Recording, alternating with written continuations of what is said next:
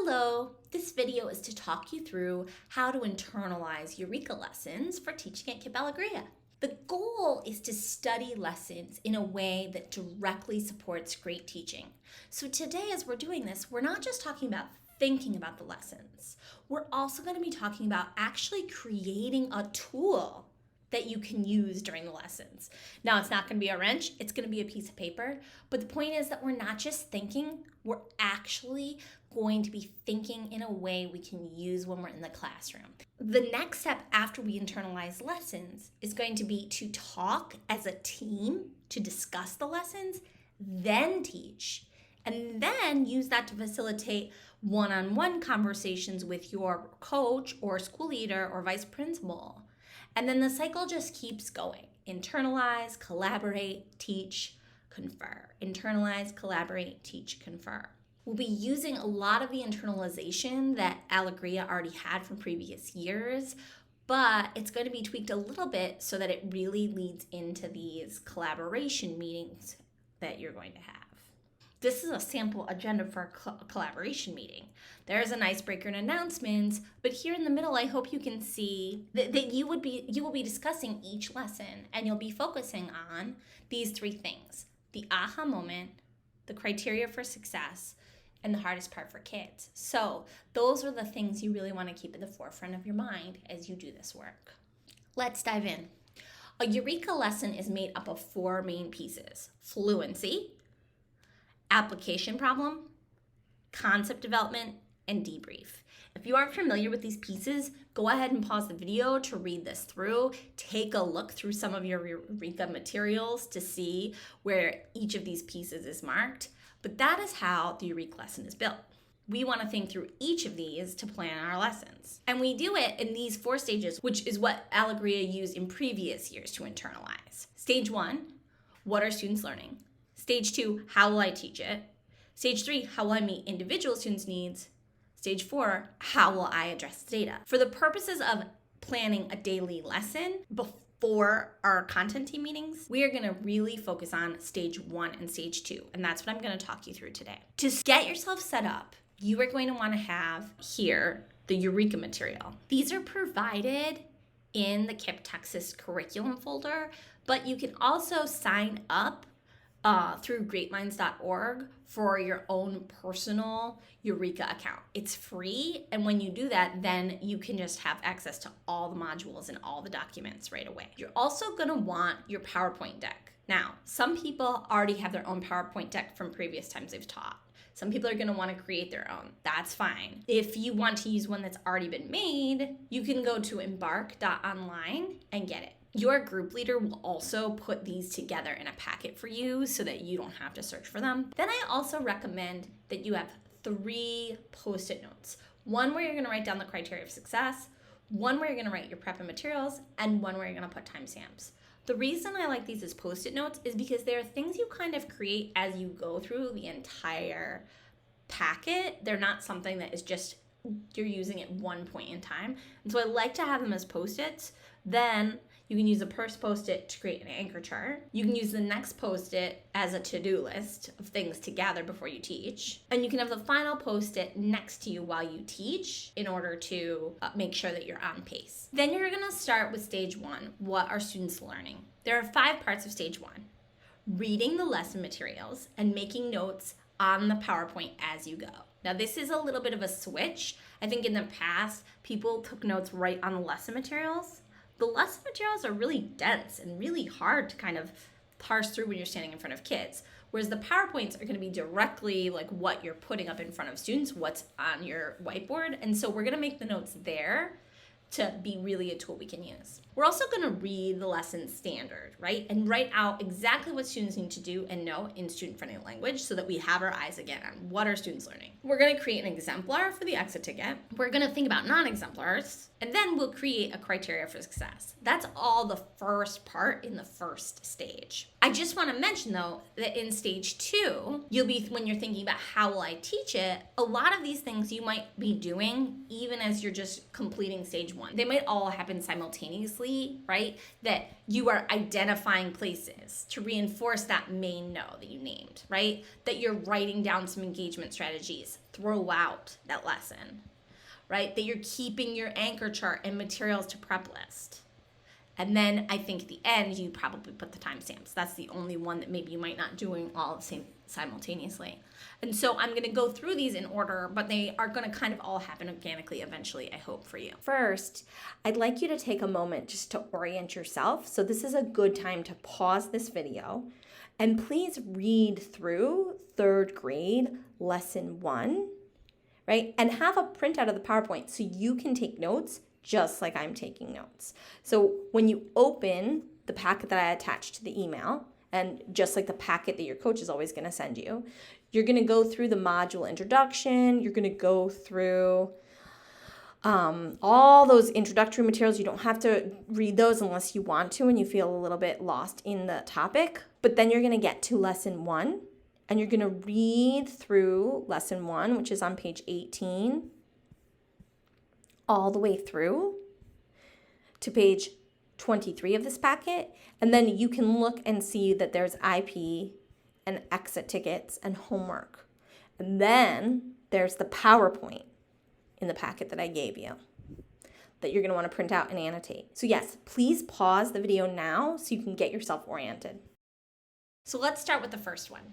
I'm going to use the Embark slides because I hope that most of us will be using the Embark slides to stay aligned and all have just an easy resource and not spend our time having to create PowerPoints that are already made. So on the Embark slides, the first few slides are always just kind of review, and I always start here on slides 4 and 5. This is where eventually you might rewrite the objective in more child-friendly language or make it more specific, but we'll come back to that. What you're going to do first is set up the Eureka material and your PowerPoint side by side in order to take notes. So let me show you how this looks. Here I have Eureka and here I have the PowerPoint. Normally I would do this physically on a piece of paper writing it because it's way easier, but for the purposes of this video, I'm typing it. I'm going to go all the way specifically to the very first lesson, lesson 1. And here on my PowerPoint is where it's starting, right? You see that these are a match. As I read over here, I'm gonna make annotations over here. So for example, right, here it says, watch my fingers to know whether to count up or down. A closed hand means stop, right? I'm gonna make a little note to myself here that I'm gonna need hand signals. And we're just gonna be counting here, 1, 2, 3, 4, 5. We're going to be counting all the numbers to start. Next, they have us whisper every other number. And over here, I'm going to really make a note. I'm going to want to write on this slide as we're doing it because it's going to help us see how we skip count, right? So when we whisper, I'm just going to put a blank 2, blank 4, right? Blank 6, blank 8. Then we're going to hum every other number, and I'm going to do the same thing. I'm anticipating how I'm writing along with the counting.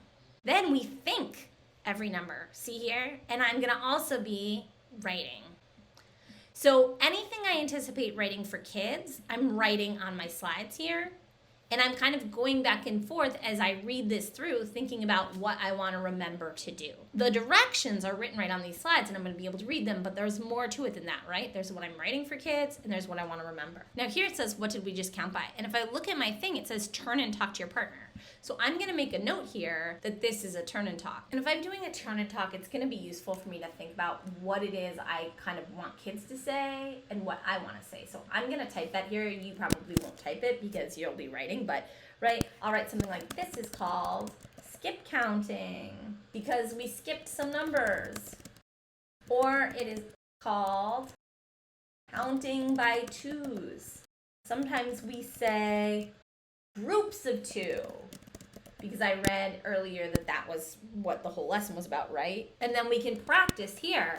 This is written here, let's count by twos, but it's not really written here. So I'm going to say let's practice counting by twos. So I'm really writing out kind of how I want to stamp student understanding for this particular lesson, right? And I might even eventually want to write here without the blanks. 2, 4, 6, 8, 10. Okay. When I get to the application problem, I'm actually going to solve this before I look at the Eureka, because I might not solve it the same way, and it's useful for me to reflect, right? So I might say there are 83 girls. Here we go. I'm calling this 83. And then here we go. Here's my 76 boys. And then here is where I'm finding the total amount, and I do that math. When I look later on at the Eureka, I might find that it looks a little bit different, and I might think about that, right? One of the things now that this is reminding me is that I'm gonna want an anchor chart of my model drawing steps. So this is where I'm actually gonna go to my Post-its that I already had prepared, and I'm gonna write here, right? I want an anchor chart with model drawing steps, because we're gonna be using that every day for our application problem. So I'm making myself a little note, and that way later I can come back and create that. So let's keep going. Now it's time for the concept development. Now I'm looking here, it says I need counters and a whiteboard. So I might go back to my list and add that. We can't just rely on the list that is given to us, because we might want to add some things or change some things as we're going. Okay, so now as I'm looking here, I'm going through and I'm reading this and I'm making my annotations, right? So select 10 students to come to the front. At the signal, say how many arms you each have, right? So first of all, right here, I need to first make a note, right? I'm gonna have 10 kids come up. Then I'm gonna ask this question: how many arms does each student have? Right? I know the answer, 2 arms. I might add some other language, right? Like there's a lot of stuff in here about like groups of 2, that's the whole thing. So I'm gonna actually write like, we call that a group of 2. Then here, how many arms do 2 students have, right? Since each group represents a group of 2 arms, let's skip count by 2s to find out how many arms they have together. I'm going to count by 2s, so that's easy. I'm gonna be writing this all out. And then here, where it says arms down, how many 2s, turn and whisper to your partner, I'm gonna make a note because this is a turn and talk. So first of all, I hope you see that I am doing some of the part 2, some of the engagement strategies, even as I go through. And I'm kind of making notes about extra language I wanna identify, because back here I saw, okay, it says I'm trying to understand equal groups of as multiplication. So I'm wanting to use the word groups a lot here. So I'm gonna keep going and I'm gonna be making notes. Here it says, right, skip count to find the total number of arms as they count, right, 2 plus 2 plus 2 plus 2. So down here, when we skip count, right, it's really important, I'm gonna be writing basically what I see here on the sample teacher board, right? And I'm gonna write that right in my slide, so I'm practicing and I'm clear on which slide I'm gonna write it. Here, when it says, if you see the correct number of 2s, show thumbs up, right? Clap 3 times if you agree. So I'm gonna make a little note to myself here that I want kids to do thumbs up, thumbs down. Now we're entering the next part, right? And I'm gonna go through and basically do the same thing, right? Here where kids have counters, right? I'm checking here that they wrote counters, and now I'm gonna go through and I'm gonna be drawing what I expect the student counters to look like. And I'm gonna be making notes on what I wanna make sure I say and do. So when I'm reading, how many equal groups of 2 did you make? 6 equal groups equals how many counters? I wanna hear kids say 6 equal groups of 2 counters. So I'm gonna make a note to myself here, right? That I'm going to really insist on clear language and detailed language. Groups of, all of that sort of thing. But that's a really important part of this lesson. Now I'm noticing here, it says in unit form, how many 2s did we make? Unit form, they want here the answer 6 2s. So I'm realizing that there's this new word, unit form, that wasn't kind of introduced. So now I'm going back and I'm gonna make a little note here. I wanna mention that this is called unit form when I go and I talk to them about this, just because that's not kind of articulated in the lesson. So we've got repeated addition, unit form, and then eventually we're gonna get to multiplication. So I'm just continuing to go through. I'm annotating my slides. Here I might notice like this is all really separated. I've decided I'm gonna put all this together. So I'm just gonna move that up there and up there. I'm gonna put that all on one slide just so I can see it all together. Because then there's this really key part here, turn and talk to your partner. How do you think 6 times 2? They have a turn and talk symbol. This is where we're gonna get to the main aha moment of this lesson. We're gonna say something like, the multiplication symbol, which is called times, stands for groups of. It tells us how many times there was a group of 2. So this is like my big aha moment, and I'm gonna label it, right? I wanna be really, really clear on when I'm just accessing prior knowledge and doing a little bit of like, okay, what do you think? What do you think? What do we call it? To now, here is the moment when the brand new idea is kind of introduced. And now, this is all just repeating, right? Here it says repeat the process. So I see here that I'm just doing the same thing now. 12 counters in groups of 3, 12 counters in groups of 6, self-oriented. Here it's 12 counters in groups of 4, and I'm getting pretty close to my criteria for success, because all of these slides are gonna end up kind of looking the same way. So let me get that posted out. So first of all, at the top of my poster is gonna be the main idea. The multiplication symbol stands for equal groups of. 1, draw a picture. 2, write a repeated addition equation. 3, write a unit form expression. Right, and now finally we can write a multiplication expression. So this is me kind of generating what I want to see on students' paper. Now that I'm jumping to because I'm noticing that that's what's going to be written here for all of these problems. After we're finished reading, I'm going to check this criteria for success, or I'm going to come up with these same ideas from the exit ticket and the work I'm showing, right? But it's kind of all, it doesn't happen in a linear way. For me, I'm noticing that here because that's the same work I'm going to be showing here. So I have 12 counters, use my counters to make equal groups of 3. These are quick questions, right? How many equal groups of 3 did I make? For equal groups is how many counters? I'm checking students' language. Then I'm writing my addition sentence in unit form. That's 4 3s. I'm going to skip these slides because we're going to be writing them all. And actually, I'll just probably put all these slides together just to save myself some time. And then there's this key question, right? A key turn and talk. Why is 4 times 3 the same? So I'm again going to hear the aha moment here. If I had maybe had one strong kid say it the first time, now I should be hearing more kids say it. Now I'm doing groups of 6. Look, it's the same. Now I'm doing groups of 4. So this is really helping me kind of develop that criteria for success through that repetition. Over here on that aha, I've probably revealed my anchor chart. I've said like, okay, this is what our work is gonna look like today. Now there's one last part. I'm really checking to see if I'm right here, and I'm gonna adjust it based on the rest of this, right? So these are equal groups. Tell your partner why they're equal. Look right here, right? Write it as repeated addition, write it as a multiplication sentence. One of the things I'm noticing is that unit form isn't mentioned. If a kid is getting stuck, maybe I come back to unit form and I say, well, how would we say it in unit form? We would say it as 2 4s. Great, that's how we write it as multiplication too. 2 4s is 2 groups of 4. So I could use unit form as a scaffold. And now I'm going through and writing that all out. So you might see, even just in doing this stage, some of the things in terms of stage 2, in terms of like, where is my aha moment? Where am I doing engagement strategies? What other supplies do I need? Those things will maybe happen organically as you go through. But if not, it's okay. You're gonna have a chance to kind of go back and make sure you did it. Next, I'm gonna read the standard and make sure I know really clearly in student-friendly language what students need to know and do. And the clear thing here is student-friendly language, because I want kids to be able to say these things, right? Now, you can use a few resources.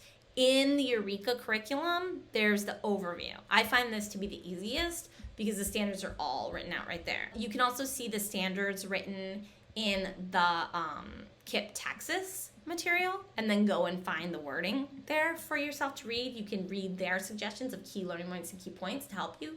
And you can look at the exit ticket. So these are all different ways to kind of get at what students need to do and know. And those are two different things, right? The do is like, actually the work we want to see, like the problems they're going to solve. The no is the understanding they need in order to do the things.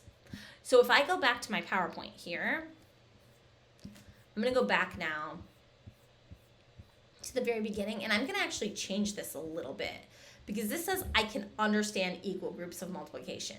That to me is more of the no. For me, the big aha moment of this lesson is that we can use multiplication to represent equal groups. That's what I want students to know. That's what I want students to understand. That's why I'm putting that more as an aha. Because here, I would actually change this. What I want them to do, the objective, really is students will be able to write equivalent repeated addition and multiplication sentences. So one of the things I often find myself doing when I'm done with a Eureka lesson is kind of rewriting this target. Here's what it is I want students to do. I want them to literally on their paper, I want them to write equivalent repeated addition and multiplication sentences. That's what my criteria for success has them doing, right? Here's the repeated addition. Here's the multiplication. The unit form expression is a bridge to get there. The picture is a bridge to get there. They need to know that multiplication represents equal groups in order to get there. So these I find can sometimes be cloudy. They can be a mixture of do and know. And I like you to really push yourself to write your own there. Then we're gonna go through and we're gonna create an exemplar of the exit ticket. So in this same packet, you're gonna actually complete all the work. You're gonna go through and you're gonna be actually filling this out. And then when you get to this exit ticket and you're creating your exemplar and what you wanna see on students' papers, you can be checking that against your criteria for success. Or maybe you still haven't created your criteria for success. Maybe you went through and you read and you annotated and you're still kind of stuck on that. Once you do the do and the no, you can then complete the exit ticket and then generate a criteria for success from that by kind of looking your exemplar. That's another way to go about it. I just happened this time to do it out of order when I was noticing that pattern. So this would actually be a good time to stop and pause the video. Go ahead and do number 2 on this exit ticket. Go ahead and complete that with your own exemplary work. Great, now we can see that same criteria for success, right? Draw the picture, write the repeated addition, write the unit form expression, and then write the multiplication. Part of what I see here, right, as I'm doing this work is it's not enough to just write this. I really want to see all of this thinking, right? And so that kind of brings me into the next step where I'm also thinking of non-exemplars. One that maybe shows the correct answer, but with below grade level thinking, right? So I don't just want to see 3 times 3 equals 9. That doesn't show me enough of the thinking, right? It's not enough to just write the answer. I also, though, want to think about, right, incorrect answers with grade level thinking, but maybe a little mistake, or common misconceptions. So I'm doing all of that here. And again, I'm kind of, as I go, checking that against the criteria of success that I started to generate when I annotated the PowerPoint. Throughout this whole time, the question we're going to answer for our grade level 2 meeting is, what is the hardest part for kids? In this case, for example, I think it's easy to get confused between the groups and what's in each group and kind of count these up the wrong way and maybe put 4 here. So I'm thinking that I want to be really, really clear on my language. The reason we're talking about this in content team meetings is because this part of the thinking is actually really, really hard, and we're going to need some discussion to parse that out. And then if I haven't done it already, if I wasn't 100% clear, I can create the criteria for success at the end of all that, right? And this is, it becomes the anchor chart. It becomes the thing in your classroom that you want to hang up. And then a lot of stage 2 might already be done for you, right? So identifying the places in the lesson to hit or reinforce the main no. If I didn't already name it, I'm going to go back through here and kind of find it, right? So I wrote here is where that aha moment is really coming up, where I'm really saying what the multiplication symbol is. And then it comes up again here when I'm asking, right, how do they, and then it comes up again here. So I'm going to write it. And I'm kind of thinking through then in this third part, right, like, where am I seeing the aha moment? Maybe here when we say to multiply, you must have equal groups. That is the aha moment again. So I have all these places where it's kind of getting repeated or getting reinforced or where I'm checking for it. Here I wanted to insert engagement strategies. Again, I've been kind of doing that as I went along, right? I wrote out turn-in talks. I wrote places where I was doing thumbs up and thumbs down. I might think of things script for particular students. Now I've been going through and I've already been keeping my list of anchor charts and materials to prep. And so the last thing is really to write out the timestamps for each part of this lesson. I can look at the beginning of this lesson and it's giving me a breakdown. And now when I go through here, I want to kind of do it by title, right? So my fluency on this day is the group counting, right? Before I get to the application problem.